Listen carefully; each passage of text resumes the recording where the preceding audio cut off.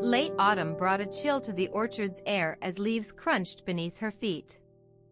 Mary walked alone through rows of trees, each branch bare and reaching out with ghostly fingers. She had seen this place often enough over the years, yet today felt different. From the distant hills came the sound of chopping wood, sharp cracks against dull thuds. A man was clearing fallen branches left by a recent storm, his movements steady and practiced. Curiosity pulled at her as she followed the rhythm to its source. The man, John, straightened from his work with a grunt, wiping sweat from his brow. His eyes met hers briefly before he turned back to his task, hands rough and calloused but moving gracefully over the axe handle. "I should help," Mary thought aloud without thinking it through first. John paused, looking up again. This time there was more than acknowledgement in his gaze. There was an open readiness that surprised her. "You're right," he said simply, laying down his tools on a flat piece of bark nearby. Mary approached cautiously, unsure how to assist. But John handed over the axe without another word, and she found herself grasping its grip awkwardly yet firmly. Each chop seemed harder for Mary than it did for John. Her swing was less practiced, the wood more stubborn against her unaccustomed strength. Sweat trickled down her back but not enough to match his pace. Yet, as minutes passed, so too did any sense of self-consciousness or comparison. There was only the rhythm of chopping and the steady crackle of fallen branches underfoot. Finally, Mary's breath came in short gasps when John took back the axe from her hands and resumed working alone, efficient once more but with a newfound patience about him. The work continued quietly until all that remained were neatly stacked logs ready for winter. Mary looked around at their shared labor, then back to the man who had taught by example rather than instruction. She could feel something shifting inside her, not exactly understanding or resolution but an easing of tension in how she saw herself within this world. As John packed away tools and stood up straight, stretching muscles loosened by repetitive motion, he turned towards the orchard's edge where birds were gathering for their evening flight. Without looking back at Mary, he held out a hand carrying one last log. "Thanks," he murmured, then continued walking without waiting for her response or further thanks of his own.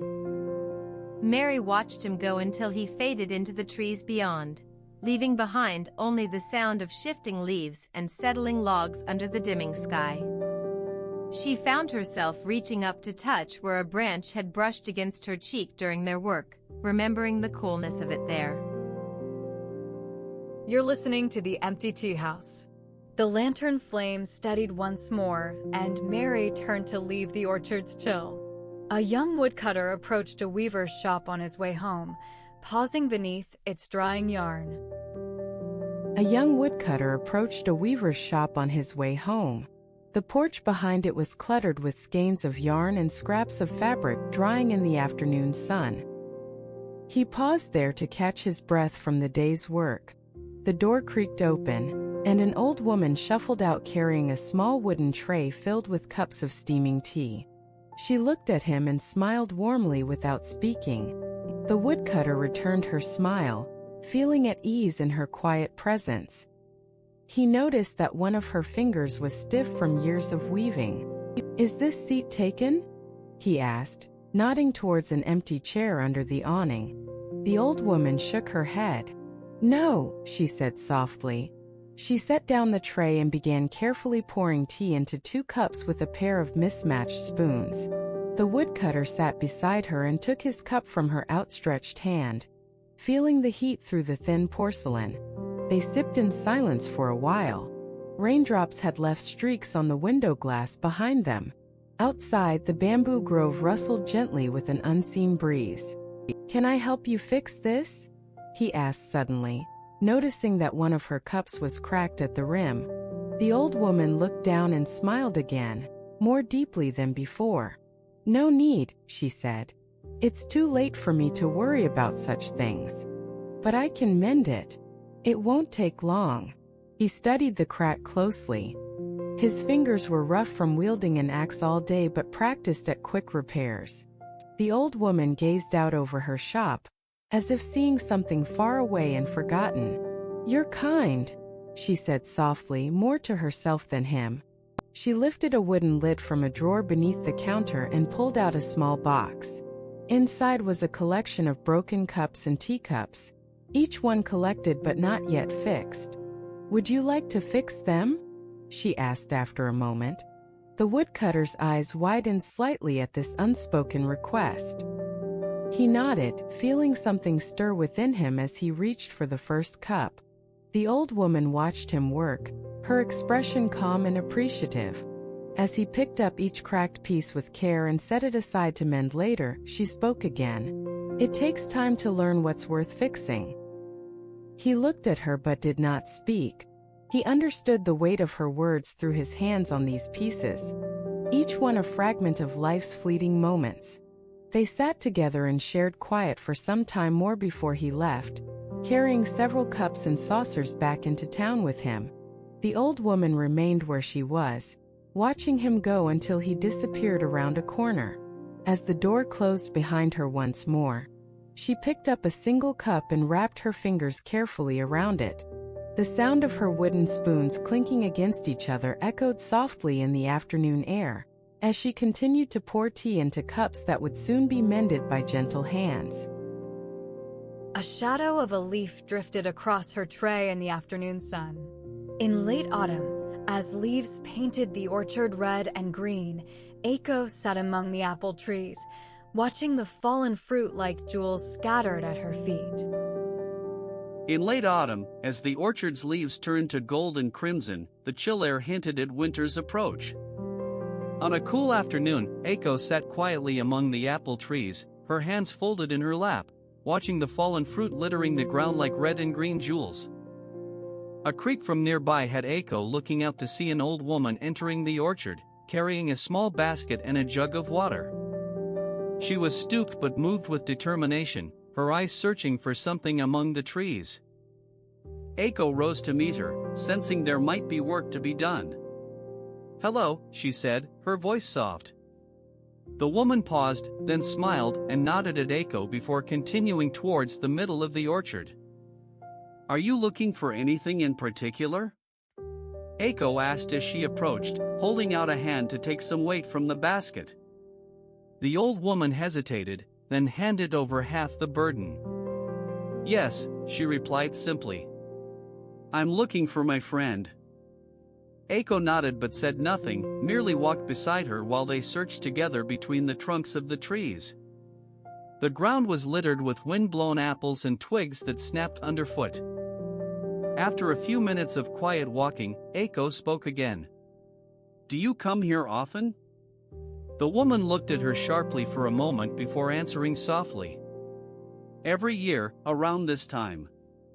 Eiko noticed the faint smile on the woman's lips as she spoke. She wondered what brought the old lady back each autumn to search amongst the apples. Eventually, they stopped beneath one of the largest apple trees in the orchard where a small wooden bench stood.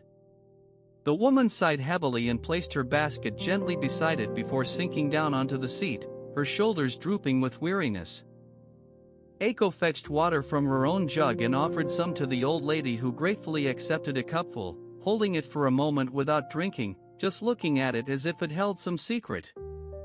"You must be cold," Eiko said after she had handed over the water. "Sit here with me." The woman looked up at her with surprised eyes and then nodded slowly, easing onto the bench beside Eiko, who placed her own jug on a flat stone nearby. They sat together for quite some time in companionable silence, drinking occasionally from their cups while the late afternoon sun cast long shadows through the trees. The leaves crunched softly underfoot as other wind-blown apples were scattered around them. As darkness fell, bringing with it a brisk chill that sent Eiko shivering slightly, she looked over at her silent companion, who was gazing into space, lost in thought or memory perhaps. "I think I should go," the woman said suddenly, coming out of her reverie.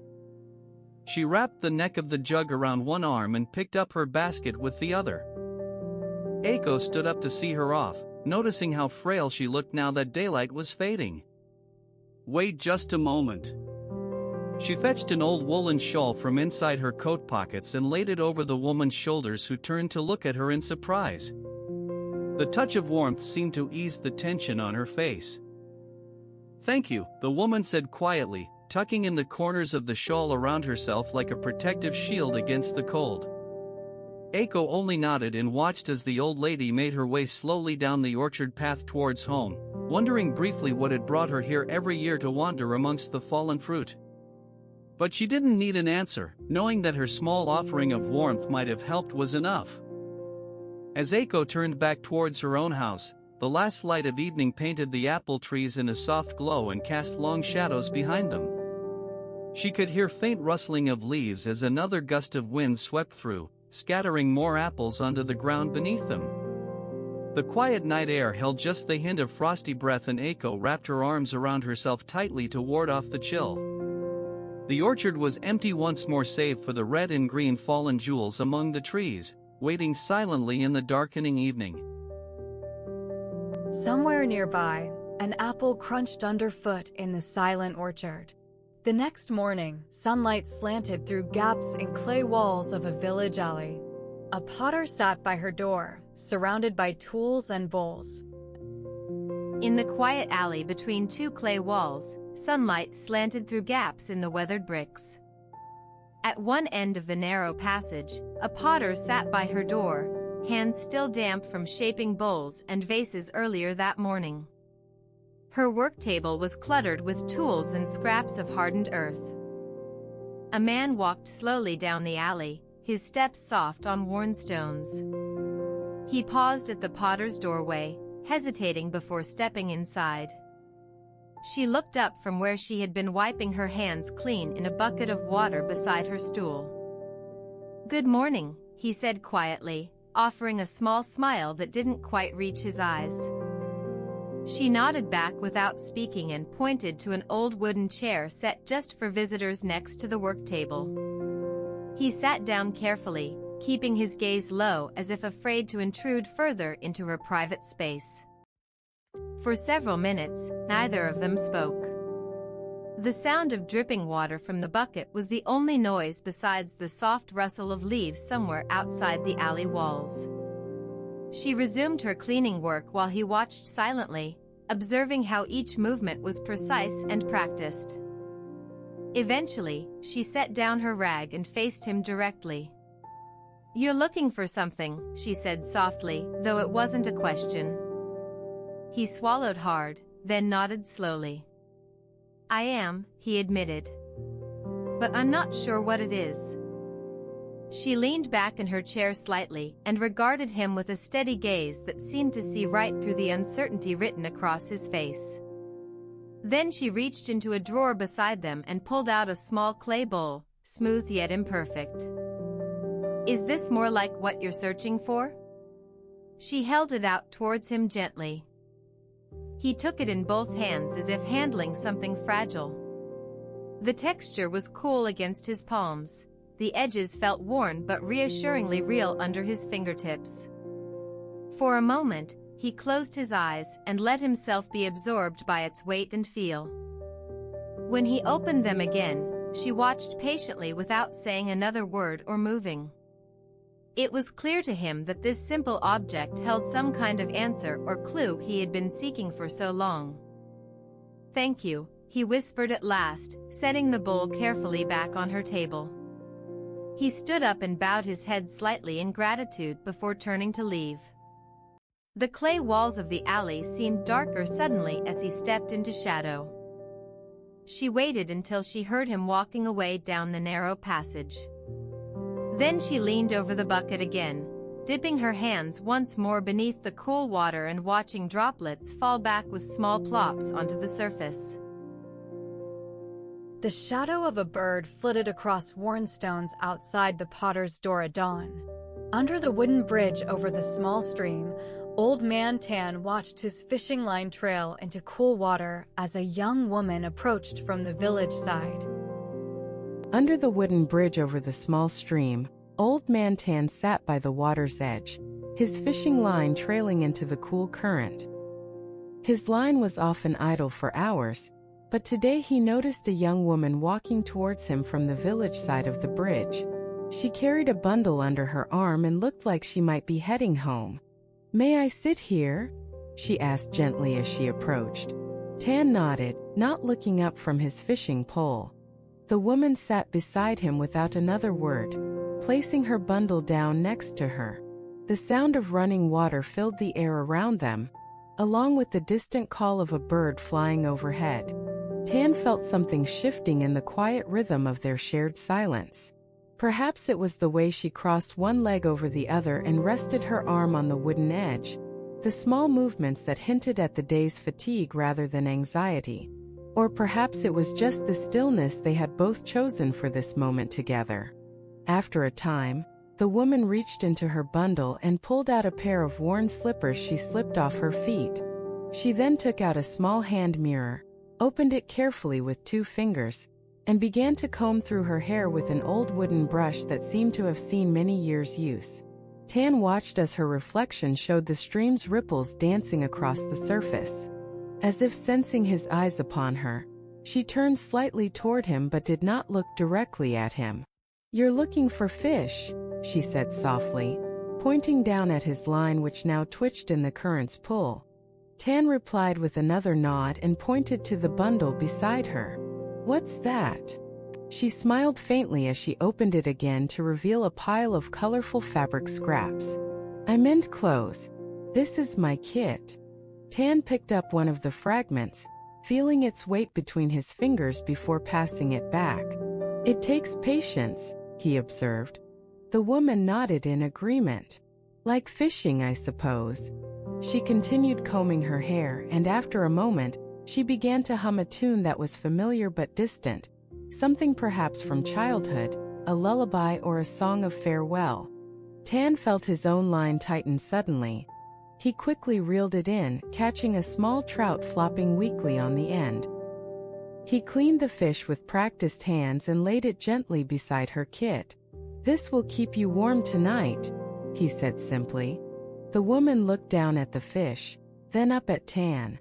She nodded quietly and reached out to take hold of his hand briefly before letting go again. A moment later, she packed away her comb and mirror along with her mending tools. Before leaving, she paused once more by Tan's side.